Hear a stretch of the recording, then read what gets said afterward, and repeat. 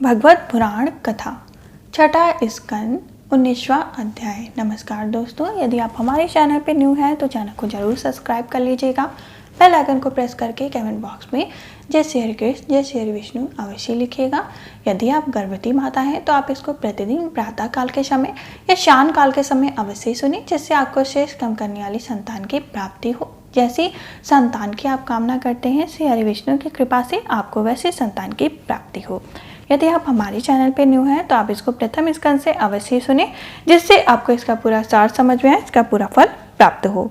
19वां अध्याय प्रारंभ। पुष्पन व्रत की विधि। राजा परीक्षित ने पूछा, भगवान आपने अभी अभी पुष्पन व्रत का वर्णन किया और कहा कि उससे भगवान विष्णु प्रसन्न हो जाते हैं, सो अब मैं उसकी विधि जानना चाहता हूँ। श्री शुकदेव जी ने कहा, परीक्षित, यह पुष्पन व्रत समस्त कामनाओं के पूर्ण करने वाला स्त्री को चाहिए कि वह अपने पतिदेव की आज्ञा लेकर मार्ग से शुक्ल प्रतिपदा से इसका आरंभ करे।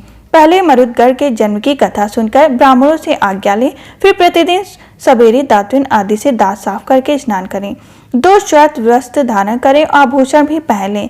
प्रातःकाल कुछ भी खाने से पहले भगवान लक्ष्मी नारायण की पूजा करें। इस प्रकार प्रार्थना करें, प्रभु आप पूर्ण काम हैं, अतएव आपकी किसी भी कुछ लेना देना नहीं। आप समस्त विभूतियों के स्वामी और संकल्प सिद्ध स्वरूप हैं। मैं आपको बार बार नमस्कार करती हूँ। मेरे आराध्य देव, आप कृपा, विभूति, तेज, महिमा और वीर आदि समस्त गुणों से नित्य युक्त हैं। इन्हीं भागों, ऐश्वर्यों और नित्य युक्त रहने के कारण आपको भगवान कहते हैं। आप सर्वशक्तिमान हैं। माता लक्ष्मी जी, आप भगवान की अर्धांगिनी और महामाया स्वरूपिणी हैं। भगवान के सारे गुण आप में निवास करते हैं। महाभाग्यवती जगमाता, आप मुझ पर प्रसन्न हो, मैं आपको नमस्कार करती हूँ।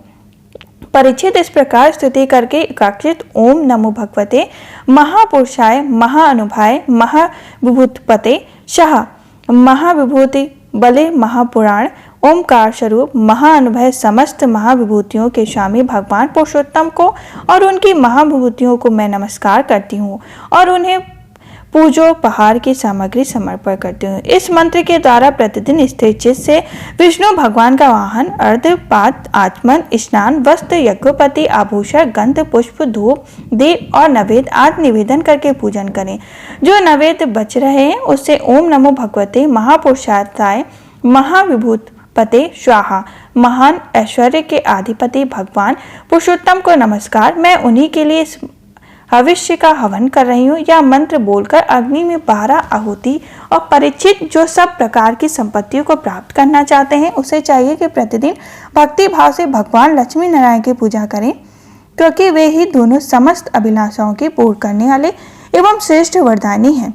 इसके बाद भक्ति भाव से भरकर बड़ी ही नम्रता से भगवान को साष्टांग दंडवत कर 10 बार पूर्वोक्त मंत्र का जप करें और फिर इस स्तोत्र का पाठ करें। हे लक्ष्मी नारायण, आप दोनों सर्वव्यापक और संपूर्ण चराचर जगत के अंतिम कारण हैं। आपका और कोई कारण नहीं।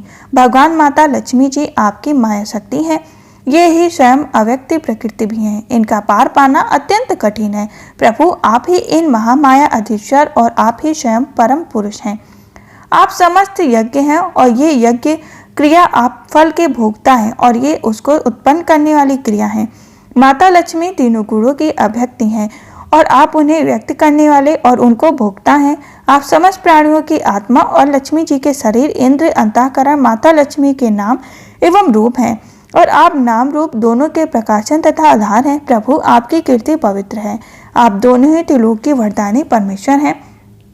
अतः मेरी बड़ी बड़ी आशा अभिलाषा आपकी कृपा से पूर्ण हो। परीक्षित इस प्रकार परम वरदायिनी भगवान लक्ष्मी नारायण की स्तुति करके वहां से नैवेद्य हटा दें और आचमन करके पूजा करें। तदनंतर भक्ति भाव रहित हृदय से भगवान की स्तुति करें और यज्ञावेश में फिर भगवान की पूजा करें।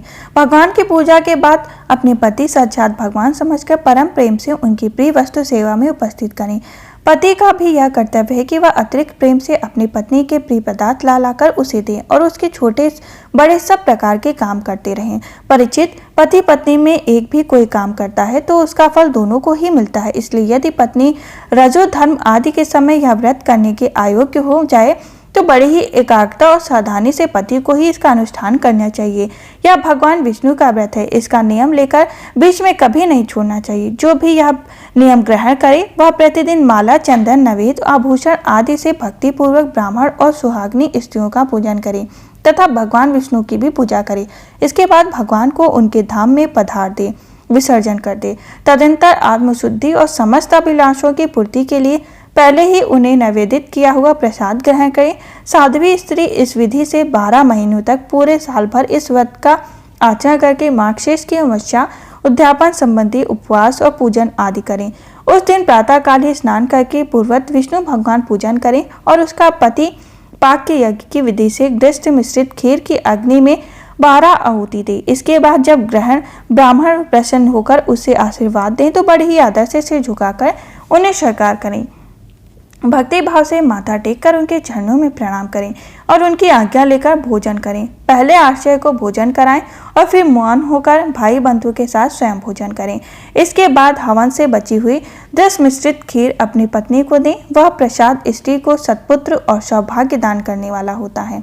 परीक्षित, भगवान के इस पुष्पन व्रत का जो मनुष्य विधि पूर्वक अनुष्ठान करता है उसे यही उनकी मनचाही वस्तु मिल जाती है। स्त्री इस व्रत का पालन करके सौभाग्य, संपत्ति, संतान, यश और ग्रह प्राप्त करती है तथा उसका पति चिरंजीवी होता है। इस व्रत का अनुष्ठान करने वाला कन्या समस्त शुभ लक्षणों से युक्त पति प्राप्त करती है। विधवा इस व्रत को निष्पाप होकर बैकुंठ में जाती है।